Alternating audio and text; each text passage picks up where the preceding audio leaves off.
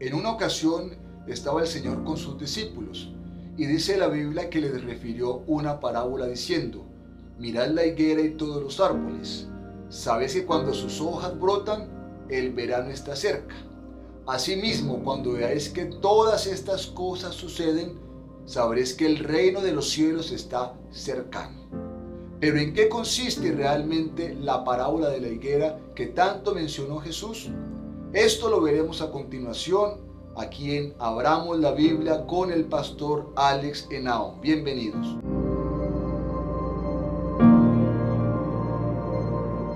Lo primero que tendríamos que decir es que este simbolismo lo toma Jesús desde el Antiguo Testamento.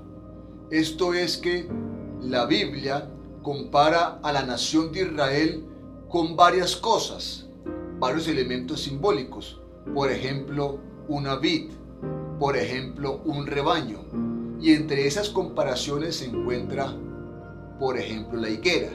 Esto es que en el Antiguo Testamento Israel es llamada la higuera. ¿Qué es una higuera?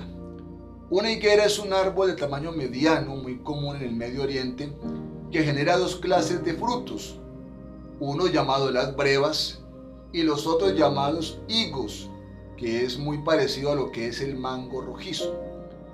¿Cómo es el proceso de este árbol, sobre todo en países que están bajo influencia polar o que tienen las 4 estaciones? Pues cuando se va acercando el otoño, las hojas de estos árboles se vuelven completamente amarillas y se van desprendiendo del árbol y caen al suelo.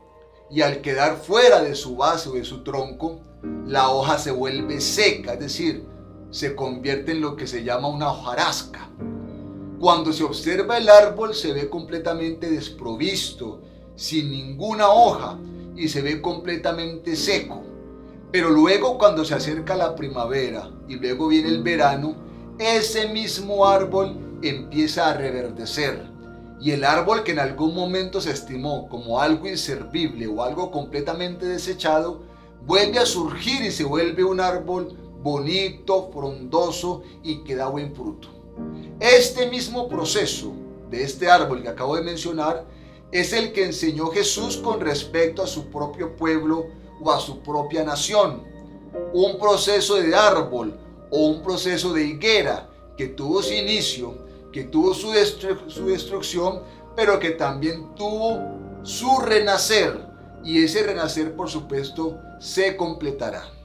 Lo primero que debemos decir es que Abraham es el padre de esta nación, humanamente hablando, lo que explica el apóstol Pablo a los romanos en su capítulo 4. No obstante, en tiempos de Abraham, esta nación, este pueblo no existían. Inclusive cuando estuvieron en Egipto durante 430 años, de los cuales fueron 400 de esclavitud, Israel no existía ni como nación ni tampoco como pueblo. Era una familia que se habían engrandecido y se habían multiplicado. Solo cuando salen de Egipto y cuando se encuentran ya en el desierto y cuando llegan al monte Sinaí, es cuando empieza la verdadera historia de ellos.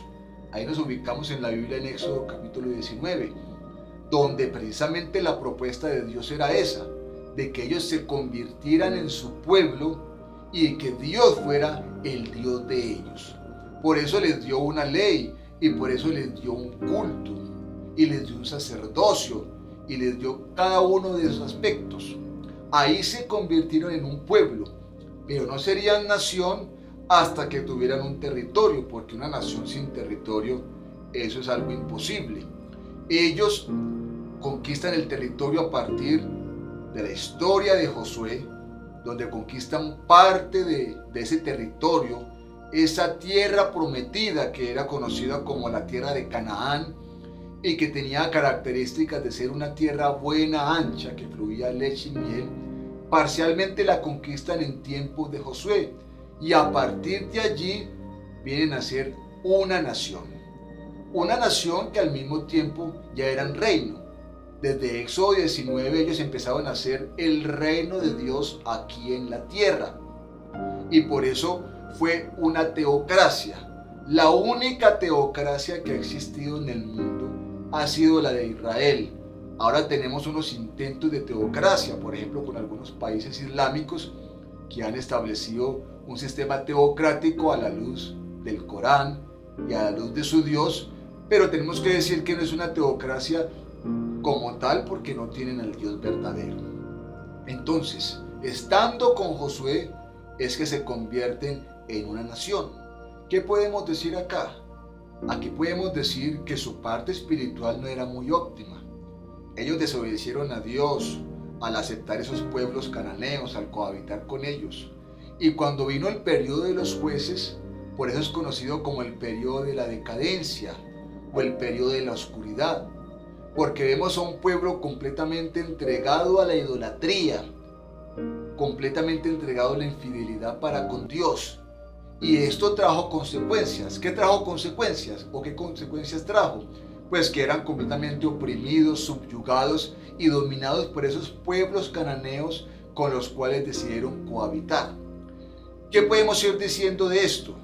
Podemos tomar la enseñanza del primer mártir de la era cristiana llamado Esteban en el libro de los Hechos capítulo 7, donde Esteban les dijo que ellos verdaderamente nunca habían conocido a Dios, que nunca se habían apartado de la idolatría y que aunque habían salido de Egipto, en sus corazones siempre habían estado allá. Y aunque estaban o habían adoptado un culto religioso, el culto judío, el tabernáculo, los sacerdotes y todas estas cosas, que en sus corazones estaban adorando a los dioses falsos. Por eso vino esta decadencia, porque Israel nunca dejó de ser completamente idólatra. En tiempos del profeta Samuel vemos cómo hay un cambio de gobierno y pasan precisamente a la monarquía, donde ellos deciden que quieren un rey diferente a Dios. En la teocracia, Dios era el rey de ellos. Por eso la Biblia dice mucho, así dice Jehová, rey de Israel. Pero ahora querían un rey que pudieran ver, que pudieran tocar, que los pudiera llevar a la guerra. Y sobre todo lo más delicado, querían parecerse a todas las naciones de alrededor. Esto le dio mucha tristeza al profeta, pero más a Dios, porque Dios manifestó que con esa petición lo que estaban haciendo era desechando a Dios. Por eso Dios le dijo al profeta, no te desechan a ti, sino que me desechan a mí para que ya no reine sobre ellos.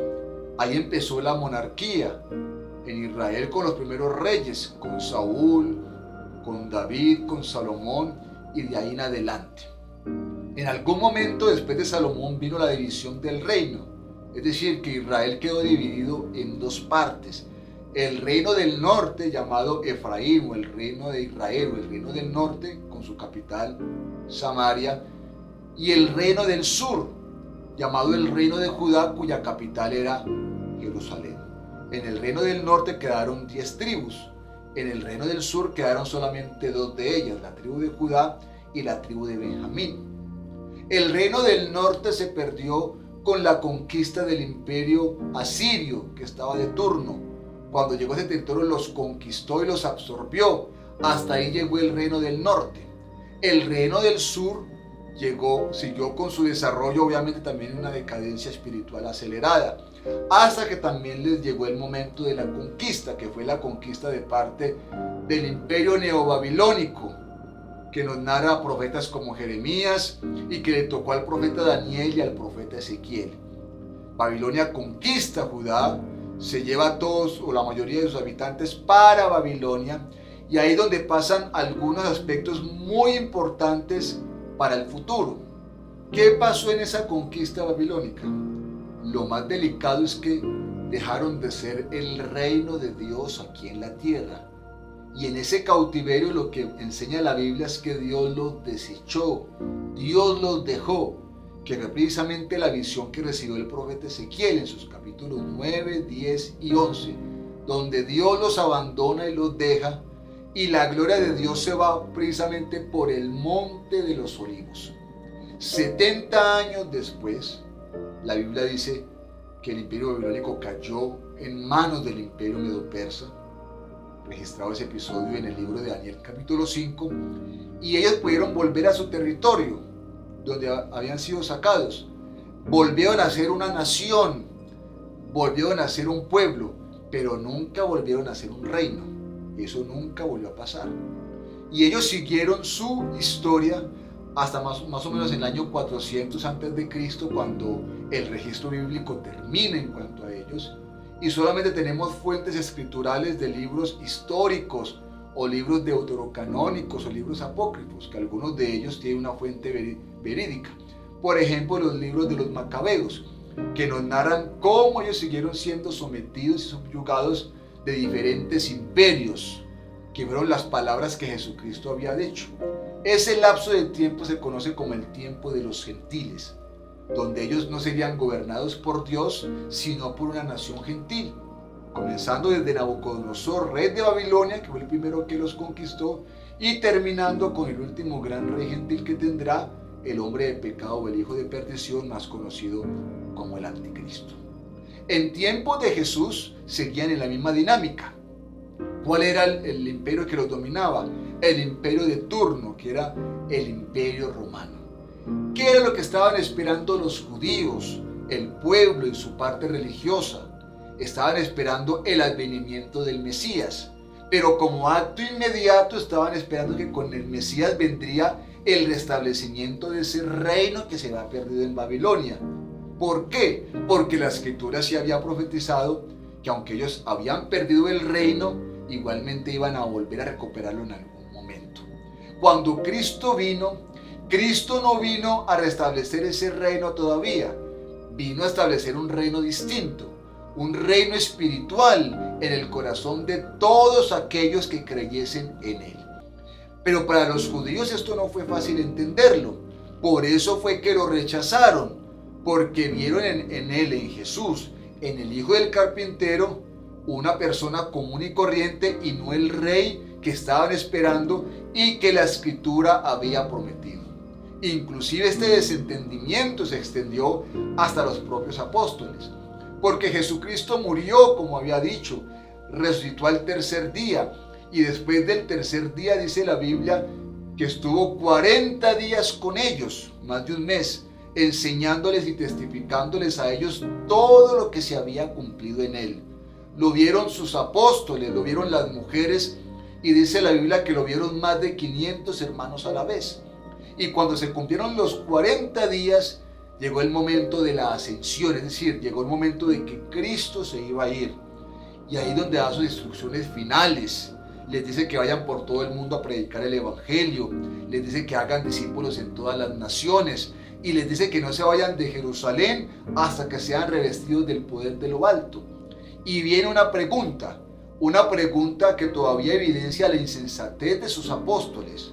Señor, ¿restaurarás el reino de Israel en este tiempo? Es decir, le están preguntando, Señor, ¿será que ahora sí el reino va a ser restablecido? ¿Qué responde Jesús? No os toca saber a vosotros los tiempos y las sazones que el Padre puso en su sola potestad, pero recibiréis poder cuando haya venido sobre vosotros el Espíritu Santo. ¿Qué fue lo que contestó Jesús en ese versículo? Dijo, todavía no es tiempo de restablecer el reino. Primero viene esa etapa que es la predicación del Evangelio. ¿Qué otras cosas había dicho Jesús de una manera muy inquietante? Pues había dicho precisamente que Jerusalén iba a ser completamente destruida. Usted lo puede leer en Mateo 23, 37 al 39, Mateo 24, 1 y 2, San Lucas capítulo 21, verso 44 en adelante, San Lucas capítulo 19, verso 41 al 44, capítulo 21, verso 20. Jesucristo profetizó la destrucción de Jerusalén y otra vez la destrucción de la nación de Israel por completo. Y estas palabras de destrucción de Jesús concordaban con la Escritura. En el libro de Deuteronomio, el Señor había advertido que si ellos no eran obedientes a la palabra, a la Escritura, iba a venir completamente destrucción. Y también les dijo que no solamente iban a ser destruidos, sino que iban a ser dispersos por todo el mundo, en todas las naciones, y que en esas naciones iban a ser completamente odiados y aborrecidos. Así que esas palabras del libro de Deuteronomio se complementan con las palabras de Jesús. Pero ¿cuándo sucedió esta destrucción? ¿Y cómo fue el desarrollo ¿Y cómo fueron los resultados? Esa destrucción sucedió precisamente 36 años después de las palabras de Jesucristo. En el año 66 de la era cristiana se estaba labrando una revuelta judía en contra del Imperio Romano con el fin de liberarse de ese yugo político. Pero ¿cómo terminó esto y qué consecuencias trajo? Eso lo veremos en nuestro próximo video, en esta sección de la parábola de la higuera. Aquí en este canal agradecemos a todos su sintonía, su apoyo e invitamos a todos aquellos que no se pierdan ninguno de estos contenidos. Que el Señor Jesús les bendiga.